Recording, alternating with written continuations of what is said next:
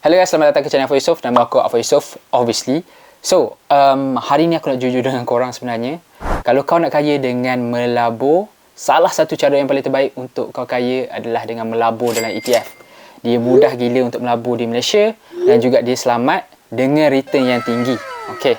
Kalau kau jenis tak melabur dalam ETF kan, instead kau suka letak dalam bank, kau dah potentially merugikan diri kau di masa depan beratus ribu ringgit tanpa kau sedar. Dengar sini, okey. Ada satu kajian ni yang telah dibuat oleh Charles Schwab di mana dia telah bagi $2,000 kepada dua orang berbeza selama 20 tahun. Orang yang pertama suka simpan duit dia dalam bank, dia tak suka duit dia bergerak sangat. Manakala orang kedua pula, dia suka melabur duit tu. Tapi setiap kali dia melabur, actually dia telah melabur pada waktu yang teruk, masa market tengah jatuh. Cuba korang teka apa yang jadi. Orang yang kedua yang melabur tu telah ada 121,000 selepas 20 tahun.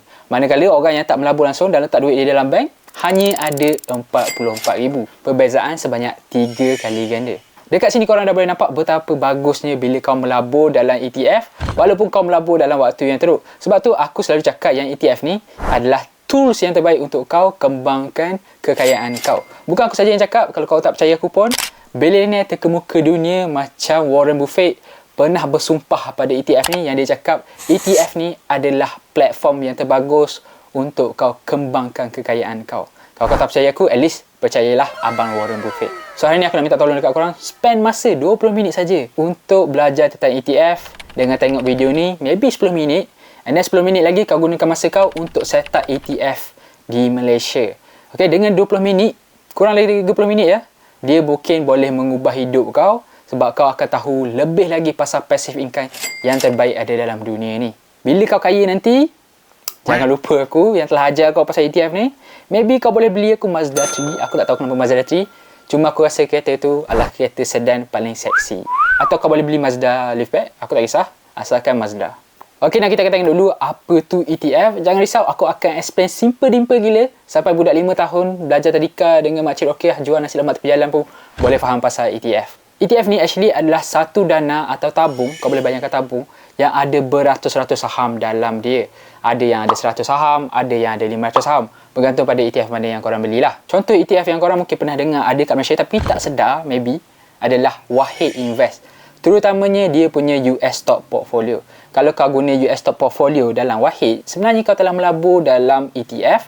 Nama dia FTSE US Halal. Aku sikapkan jadi Halal ETF. Dalam Halal ETF ni, actually ada 200 plus US punya stok yang semuanya halal. Ada faham? Kalau kau tak faham lagi tak apa, aku boleh explain dengan cara lebih mudah dengan terma video game. Alright. Dulu-dulu actually ada, aku tak tahulah kau tahu ke tak, tapi dulu-dulu ada satu game tape ni yang mana kau boleh beli game tape dekat kedai, ada satu tape tu ada 100 game atau 50 game. Okay, kau bayarkan ETF tu macam game tape tu, kau beli pada satu harga je tapi kau boleh dapat beratus-ratus game. ETF macam itulah, kau beli pada satu harga tapi kau boleh dapat beratus-ratus saham. So macam aku cakap tadi, Wahid Halal US ETF ni dia ada lebih 200 plus saham US yang halal. So kalau kita tengok ada macam-macam lah saham yang famous macam Apple, Tesla, Facebook, Google, tu semua saham yang mungkin korang kenal. Dan setiap saham ni pula ada pemberat yang berbeza, meaning berapa persen dalam satu unit. Contohnya kalau macam aku ambil Apple, okay, Apple stock, kalau korang tengok sini, pemberat dia adalah 13.62%. Meaning kalau kau beli satu unit, okay, ETF halal tu, 13.62% daripada satu unit tu adalah saham Apple. Jadi bukan semua saham dalam ETF ni dia ada pemberat yang sama. Contohnya macam saham famous yang aku mention tadi, dia ada pemberat yang lagi besar lah daripada yang lain. Kalau kau mula scroll dekat bawah dalam holding list tu, kau mulalah tak kenal saham-saham yang ada dalam tu. Contohnya macam dalam US Halal ETF tu, dia ada SLB, Micron, Boston. Tu semua aku tak kenal. Tapi dia punya kewujudan penting untuk diversify portfolio US ETF tu. Konsep diversify atau kepelbagaian lah orang kita panggil, sebenarnya dibuat sebagai satu kelebihan kepada portfolio kau supaya tak jadi negatif. Okay? Kalau kau melabur dalam ETF, kau melabur dalam banyak syarikat macam aku cakap tadi kan. Bila kau melabur dalam banyak syarikat, mesti ada satu syarikat at least dia akan buat hal dan melingkup. Bila satu syarikat ni melingkup, ada banyak lagi syarikat yang boleh cover. Maknanya pelaburan kau okey, investment kau okey, kau pun senang hati. Tapi kalau kau tak melabur dalam ETF, kau melabur dalam satu syarikat saja, kau buat hal sendiri, Bila syarikat yang kau invest tu melingkup, bam, portfolio kau pun akan negatif. Aku bagi contoh dekat sini. Ada satu syarikat ni, nama dia NIO, which is satu syarikat EV juga macam Tesla. Masa kebangkitan awal dia, masa zaman PKP dulu, dia ada prospek yang sangat positif lah. Okay? Saham dia naik gila-gila sampai capai $59 per unit. Kalau kau beli saham ni masa dia tengah memuncak dulu, $59 per saham, dan kau jadikan dia sebagai satu-satunya saham dalam portfolio kau, sekarang portfolio kau akan rugi 85%. Sebab tu aku cakap, kalau kita baru mula nak berjinak dengan saham, baru nak kenal saham, jangan pandai-pandai melabur dalam individual stock. Aku tahu nampak lazat, nampak delicious kan, untung 20 ke 30% dalam masa setahun. Tapi dia walaupun high reward, dia juga carry a high risk. So kau boleh berpotensi untuk hilang semua duit kau. Jadi kita instead untuk pelabur-pelabur newbie ni, melaburlah dalam ETF yang dah diversify. Confirm selamat, slow and steady is better daripada hilang semua duit. Betul tak? Satu lagi kelebihan ETF yang korang mungkin tak tahu, ETF ni adalah passive fund, which is better daripada active fund. Okay, bila kau melabur dalam Wahid Invest, dia adalah satu robo-advisor. Setiap pelaburan yang dia handle akan dibuat secara automatik. Apa yang kau buat, hanya perlu masukkan duit saja, which is passive. Kalau macam active fund pula, contohnya mutual fund, okay, dia akan hire seorang fund manager untuk uruskan pelaburan dalam fund tu. Dia akan cari mana stok yang tak bagus, mana stok yang bagus, bergantung pada analisa dia lah. Tapi of course, bila kau hire manusia ni, dia tak semesti buat kerja yang bagus. Sebab tu, passive fund kebiasaannya akan mengalahkan active fund. Sebenarnya ada cerita menarik berkait dengan passive versus active fund. Masa tahun 2008 dulu, Warren Buffett, which is penyokong ETF tegar gila, dia cakap passive fund akan mengalahkan active fund. So dia cabar 5 fund manager untuk kalahkan ETF S&P 500.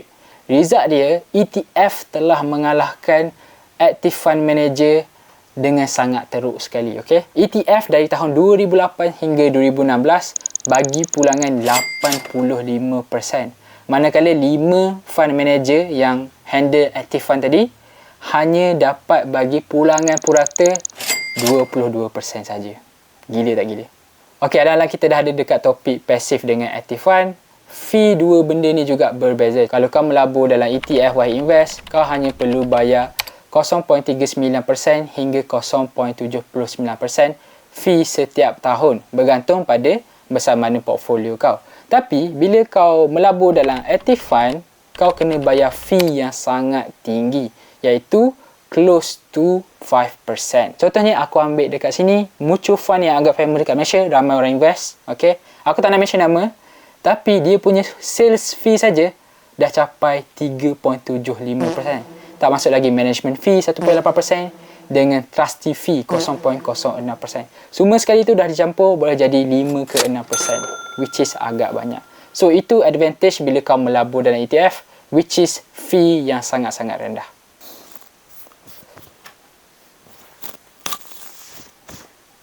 Personally, lepas 2 tahun aku invest dalam ETF, aku rasa ETF ni adalah pelaburan yang senang nak mampus.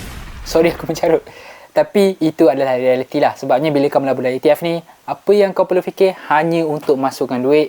Kau tak perlu pening-pening pasal benda lain. Kau perlu cari duit lebih. Okay? Kau buat kerja kat sini, and then masukkan duit dalam ni.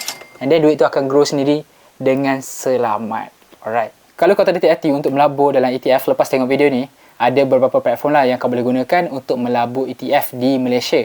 Okay, platform-platform ni semua telah di-approve oleh Security Commission di Malaysia atau bakal di-approve. So, boleh melabur dengan tenang. Dalam banyak-banyak platform ni, yang aku paling kerap guna adalah Wahid Invest. Aku dah guna 2 tahun setengah. And aku recommendkan juga untuk pelabur-pelabur Muslim dekat seluar sana supaya guna Wahid Invest, sebab pelaburan kita nak pelaburan yang halal, of course. Kalau kau nak guna, kau boleh guna kod aku, Mohbin336, atau tekan link dalam description. Kau boleh dapat RM10 percuma kalau kau melabur RM100 pertama kau. So, aku rasa tu adalah conclusion untuk video kali ni. Kalau kau was-was and muskil lagi pasal ETF atau Wahid Invest in general, kau boleh direct DM aku di IG @afham.yusof, atau kau boleh komen di dalam ruangan komen di bawah lah. And jangan lupa untuk like dan subscribe. Aku cuba untuk capai 50,000 subscriber. Tolong aku. Let's go!